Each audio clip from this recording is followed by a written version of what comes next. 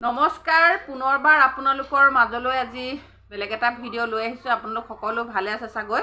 বৰ্তমান ময়ো ভালে আছোঁ বাৰু। আৰু আপোনালোকৰ মৰম, আপোনালোকৰ আশীৰ্বাদ, আপোনালোকৰ যি সুন্দৰ সুন্দৰ কমেণ্ট, এই কমেণ্টসমূহ সঁচাকৈ সাৰোগত কৰি মই বেলেগ বেলেগ ভিডিঅ' বনাবলৈ উৎসাহ পাওঁ আৰু ভিডিঅ' বনাই যাম বুলি ভাবিছোঁ। গতিকে আপোনালোকৰ উৎসাহ উদ্দীপনা সদায় লাগিব আৰু আপোনালোকৰ সেই উৎসাহ উদ্দীপনা মই সদায় কামনা কৰোঁ।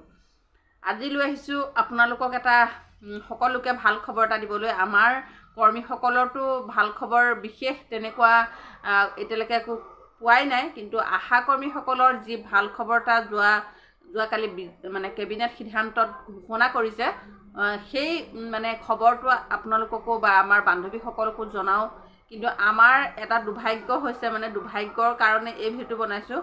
কিন্তু আশা কৰ্মীসকলক দিয়াৰ কাৰণে আমি খুব ভাল পাইছোঁ। তেওঁলোকৰ যথেষ্ট কষ্ট হয়, তেওঁলোকৰ যথেষ্ট কষ্টৰ বিনিময়ত মানে একেবাৰে নিম্নতম মাননি, আৰু সেইকাৰণে তেওঁলোকক দিয়াৰ পৰা আমি খুব ভাল পাইছোঁ। আশা কৰ্মীসকলক দিয়াৰ পৰা আমি কোনো ধৰণৰ আমাৰ কীৰ্তিমলা বা আমি হিংসা কৰা নাই, দিয়াৰ পৰা ভাল পাইছোঁ। সকলোকে দিব লাগে, সকলোৱে আশা কৰে, সকলোৱে মানে সুবিধাৰ কাৰণে সকলোৱে ভাল কিবা এটা পোৱাটো সকলোৱে আশা কৰে।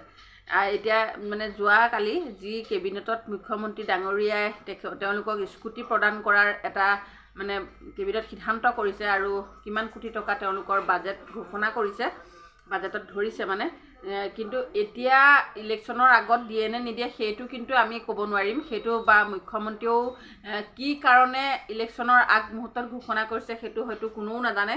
মানে আগত ক'তনো আৰু এমাহ আছে, এমাহৰ আগততো চাগে দিয়াটো সম্ভৱ হৈ নুঠিবও পাৰে, নাজানো আৰু চৰকাৰৰ কথা হয়তো দি দিবও পাৰে। কিন্তু যদি ইলেকশ্যনৰ আগতেই দিয়ক বা পাছতেই দিয়ক সেইটো ক'বলগীয়া নাই। কিন্তু যি ঘোষণা কৰিছে সেই ঘোষণাটোত সঁচাকৈ আশা কৰ্মীসকল উৎফুল্লিত হৈ পৰিছে, আৰু তেওঁলোকে পোৱাটো আমি বিচাৰোঁ পাওক। সেই অনুপাতে যদি আশা কৰ্মীৰ লগতে অংগনাবাদী কৰ্মীসকলৰ কথাও যদি চিন্তা কৰিলেহেঁতেন, তেতিয়া আমাৰ এই 1,21,000 অংগনবাদী কৰ্মী সহায়িকাসকলো খুব আনন্দিত হ'লহেঁতেন। সেই লক্ষ্যৰেহে মই ভিডিঅ'টো আপোনালোকলৈ আগবঢ়াইছোঁ। নাজানো অংগনবাদী কৰ্মী সহায়িকাসকলক মামাই কিয় ইমান মাহীয়াৰ চকুৰে চায়, সেইটো আচলতে আমি আজি এই মুহূৰ্তলৈকে আচলতে আমি মানে মনত এটা ডাঙৰ এটা মানে প্ৰশ্নবোধক চিন হৈ আছে। আমাক কিয় মামাই মানে ভাল চকুৰে চোৱা মানে পৰিলক্ষিত হোৱা নাই। আজি পৰ্যন্ত মামাই আমাৰ অংগনবাদী কৰ্মী সহায়িকাসকলেও বহুত আছে, 1,21,000 অংগনবাদী আশা মানে কৰ্মী সহায়িকাৰ আশীৰ্বাদ আপুনি পাই থাকিলেহেঁতেন, গোটেই জীৱন পাই থাকিব, যদি আমাৰ হৈ আমাৰ ফালে মানে চকু ঘূৰাই অকণমান। সেয়েহে মই ভাবিছোঁ আপোনালোকৰ মতামত কমেণ্টৰ দ্বাৰা আপোনালোকে আগবঢ়াব। মই কি ভাবিছোঁ আপোনালোকক ব্যক্ত কৰিবলৈ ওলাইছোঁ। এতিয়া যিহেতু অসমৰ মাননীয় মুখ্যমন্ত্ৰী হিমন্ত বিশ্ব শৰ্মা ডাঙৰীয়া পদব্ৰজে অসম ভ্ৰমণ কৰি আছে, আৰু অসম ভ্ৰমণ কৰোঁতে যি আমাৰ পৰা তেখেতে কোৱাৰ মতে ৰাইজৰ আশীৰ্বাদ বিচাৰিব, ৰাইজৰ মানে কি কৈছে আৰু কিবা ৰাইজৰ সৈতে মানে মত বিনিময় কৰিব তেখেতে, আৰু ৰাইজৰ পৰা আশীৰ্বাদ বিচাৰিব সকলো, আৰু ৰাইজৰ যি মানে অভাৱ অভিযোগ বা মনৰ যি কথা, সেই কথাৰ বুজ ল'বলৈ তেখেতে চেষ্টা কৰিব বুলি নিজে মানে কোৱা আমি দেখিছোঁ বা সামাজিক মাধ্যমত আমি পাই আছোঁ। সেয়েহে মই আমাৰ বান্ধৱীসকলক গোটেই শদিয়াৰ পৰা ধুবুৰীলৈ অসমৰ বিভিন্ন প্ৰান্তৰ বান্ধৱীসকলে যিহেতু মোৰ ভিডিঅ' চায়, সেইকাৰণে মই মোৰ বান্ধৱীসকলক ক'ব বিচাৰিছোঁ, আপোনালোকে আমি সকলোৱে সহযোগ হৈ, সকলোৱে একমত হৈ আপোনালোকে অসমৰ মাননীয় মুখ্যমন্ত্ৰীক পদব্ৰজে আহোঁতেনে য'ত মুখ্যমন্ত্ৰী মহোদয় ৰ'ব, তাতে আমাৰ কৰ্মী সহায়িকাসকলে ইউনিফৰ্ম পিন্ধি আপোনালোক আৰু আমাৰ বান্ধৱীসকলে তেখেতক আমাৰ মনৰ কথা ক'বলৈ চেষ্টা কৰিব, লিখিত হিচাপে দিবলৈ চেষ্টা কৰিব। কাৰণ আমাক মুখ্যমন্ত্ৰীয়ে কৈছিলে যে 2 লাখ টকা আপোনালোকৰ সন্তানসকলে পঢ়িবৰ কাৰণে আমি সাহাৰ্য আগবঢ়াম। সেয়েহে মই ক'ব বিচাৰিছোঁ আপোনালোকে আমিও কলাবাৰীত, যিহেতু গহপুৰৰ সমষ্টিত 2 তাৰিখে কলাবাৰীত বা য'তেই নহওক, কলাবাৰী বুলি ক'বলৈ যোৱা নাই, য'তেই তেখেত ৰ'ব আমি তাতেই তেখেতক লগ কৰাৰ এটা ব্যৱস্থা কৰিম। আৰু মোৰ লগত আমাৰ কৰ্মী সহায়িকাসকলো ওলাই আহক, আমি আগবাঢ়ি আহক, আমি সকলোৱে তেখেতক আশীৰ্বাদ দিম, লগতে আমাৰ দুখৰ কথাখিনি তেখেতক অৱগত কৰিবলৈ চেষ্টা কৰিম, আমি লিখিত আকাৰে দিবলৈ চেষ্টা কৰিম, যাতে মুখ্যমন্ত্ৰী মহোদয়ে আমি ক'ব পাৰোঁ যে আমাক তেখেতে দিম বুলি কোৱা এই 2 লাখ টকা সাহায্যটো, লগতে আশাকৰ্মীসকলক যি স্কুটি দিলে সেই দিয়াৰ ঘোষণা কৰিছে, সেয়া লগতে আমাকো কিবা এটা তেনেকুৱা তেওঁ থকা কাৰ্যকালত বা আগন্তুক সময়লৈ আমাৰতো ধৈৰ্য নাথাকে নহয় জানো। গতিকে এতিয়া ইলেকশ্যনৰ আগতে যদি আমাৰ হৈ চকু মেলে, অকণমান আমাৰ হৈ যদি মৰম উপজে, সেই কথাখিনি আমি তেখেতক ক'বলৈ চেষ্টা কৰিম। আৰু আপোনালোকে য'তেই যেনেকৈ তেখেতক লগ পায় আমাৰ দুখৰ কথাখিনি ক'বলৈ চেষ্টা কৰক।